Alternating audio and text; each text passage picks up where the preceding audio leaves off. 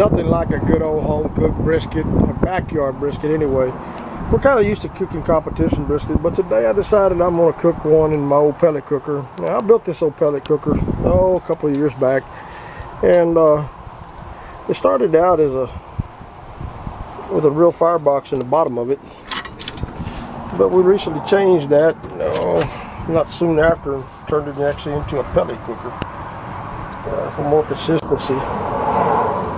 It's really hard to compete with the pellet cooker in the comp world and do very well, but we've done alright with it. Like I said, the old pellet cooker's on this end. We got an old Who's Your Smoke Daddy pellet pro cooker, pellet hopper on the end of it, and it does pretty good. Well, anyhow, back to the beginning of the conversation. We got the old brisket all seasoned up. I'll put it in this old pellet cooker here in a little while. My wife and I like a little brisket from time to time, but we don't really want it all jazzed up with no injection and a lot of spicy. We just want to taste the real beef of it. So we're going to put it in there at about 225 and see how long it takes to cook. Put a water pan in the bottom of it. And we'll keep you informed as we progress with the deal here. See how it actually turns out.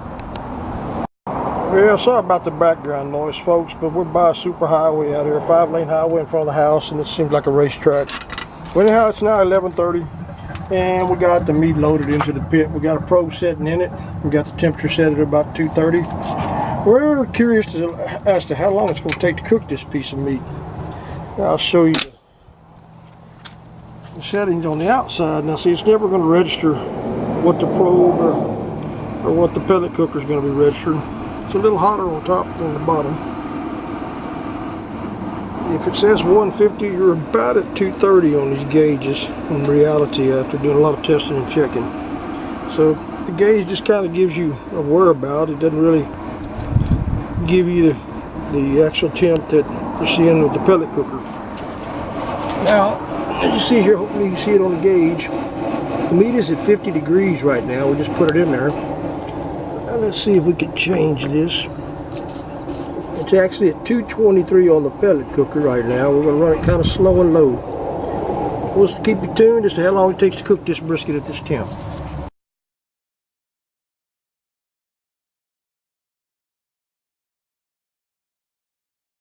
Alright guys, we're going to keep going with this little video now. It is now 5:30, and what we did was we wrapped the brisket in 2 layers of foil on the bottom and 1 layer of foil on the top, and we're going to jack the temperature up on this thing where it actually reads about what you see on the gauge at 200, which is really going to be about 240, 230, somewhere around there. And the internal meat temperature right now is at 159, and then the cooking temp is at 302. We jacked that up quite a bit. We're going to bring that down a little bit because me and the wife are going to run to town and get a few things right now. We're going to bring this back down to about 295. That way it'll take its time. It'll cool off now. Let me open the door and let some of that heat out of this old pellet cooker. And then we should start seeing that temperature start coming down a little bit. It'll take some time, but it'll come back down.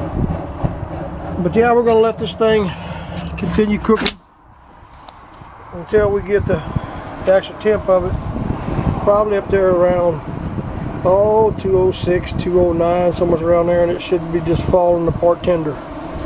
Stay tuned for the conclusion, folks. Oh guys, we're getting close to the time of truth. It is now about, let's see here, it is about almost 7:30. Now, we've been cooking this thing since what, 11:30, somewhere around there. I think it was the beginning of this video. Let me grab a flashlight here. This thing ought to be getting pretty close to done. Well, right now we're at what you see on that gauge. The internal meat temp is 207. You know, if you want this thing to fall apart in your mouth, you want to run it to about 209, 210. As you can see here, we get the flashlight in there. We still got it wrapped in foil. And in just a few moments here, once that thing reaches about 209, we'll get it out and start slicing her up. Stay tuned for the conclusion.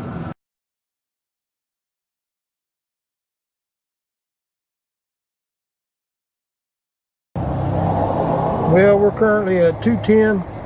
I think we're going to pull it off. We're going to start slicing this, folks. Alright, folks. Here's the magic moment. Let's see what this thing looks like after cooking till almost 8 o'clock. So that's what we got right now. And we'll get that steam come off of it. Now we'll take and re-season this with some more good spices, and we'll put it back on the barbecue pit to kind of bark it up a little bit. And we just want it to brown up a little bit. As you see, the meat actually swelled up a lot from the stewing process in the foil, and all the juice is going to pull back into this meat. We're going to let it stay covered up about 80% so that meat will absorb some of that juice back in it. Once we do that for about, say, an hour and a half, then we'll put it back on the pit, respice it, put it back on the pit, and actually finish cooking it.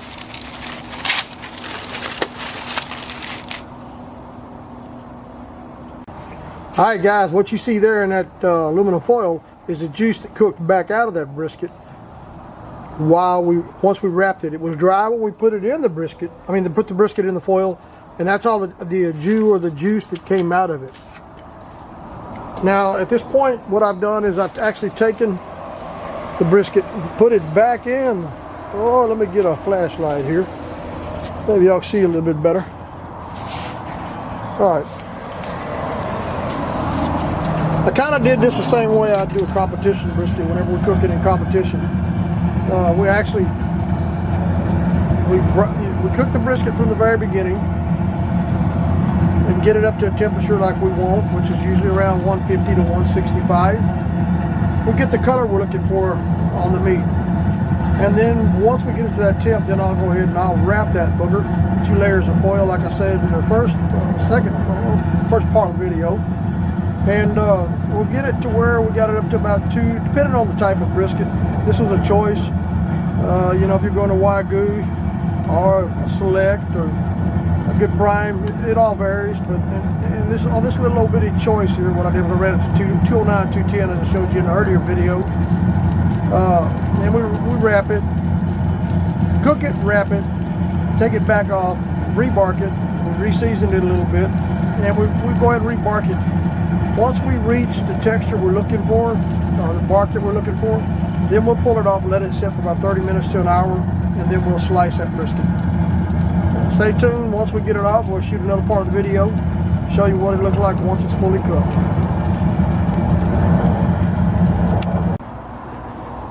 Alright folks, we're back. From start to finish, this brisket I started between 11 and 11:30. And it is now 5 minutes to 9, so close to 9 o'clock. So, we're looking at, 10 hours cook time total. And this is really not a comp brisket. This is just a backyard brisket. If I was doing a comp brisket competition out in the real world, I'd be taking a lot more steps than what I'm showing y'all. But my wife wanted something, for everyday eating. I call it a backyard brisket. And it turned out pretty good. For cooking on a pellet cooker, I think it was really good.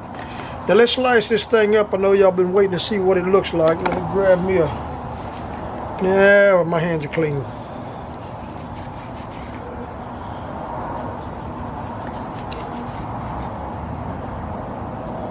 As you notice, I'm slicing it across the grain, not with the grain. And you see the grain is running this way.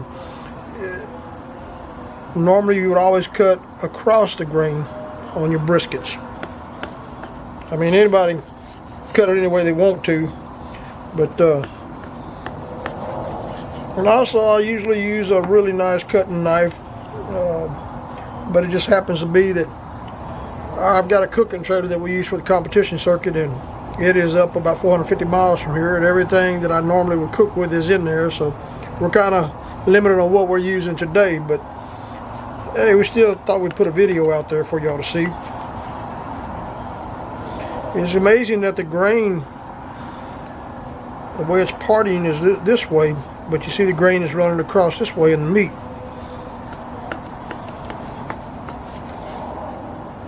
Look at them slices, folks. Look at that. That meat just bends over. Same way with this one, just bends over and get that. Will you look at that? Man, like a big old fat girl's butt just jiggling. Nice chunks of meat there. Let's slice another one here. Man, just look at that, would you? Wow. I would normally let this thing set at least an hour and a half before I start slicing it. Not traditional for me to come in there and slice a brisket 20-30 minutes after it's cooked. Look at that meat opening up in there. Let's see what it looks like when you try to stretch it apart. Would you look at that, man? That stuff is just so tender. Make your mouth water, don't it? Look at this one. Look at that. Oh, just look at that, would you? My God, folks. Well, I hope you enjoyed the video. I know my dog's hanging around me now. They're going to get some of the trimmings off of this. But yeah, folks, that's old backyard brisket. Basically how we cooked it.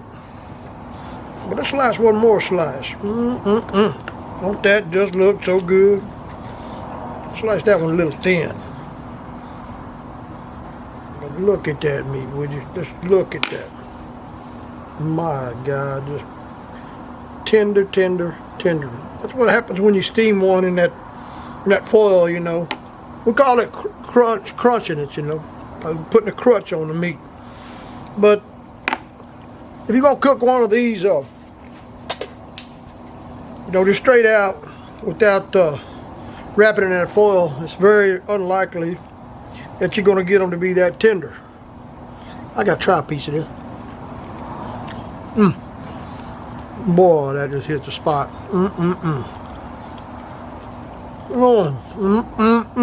I hate to tease y'all like that, but that's a good brisket. Well, okay, folks. I guess enough said. Hope y'all enjoyed this video. But that's how we cook our brisket down here in Texas.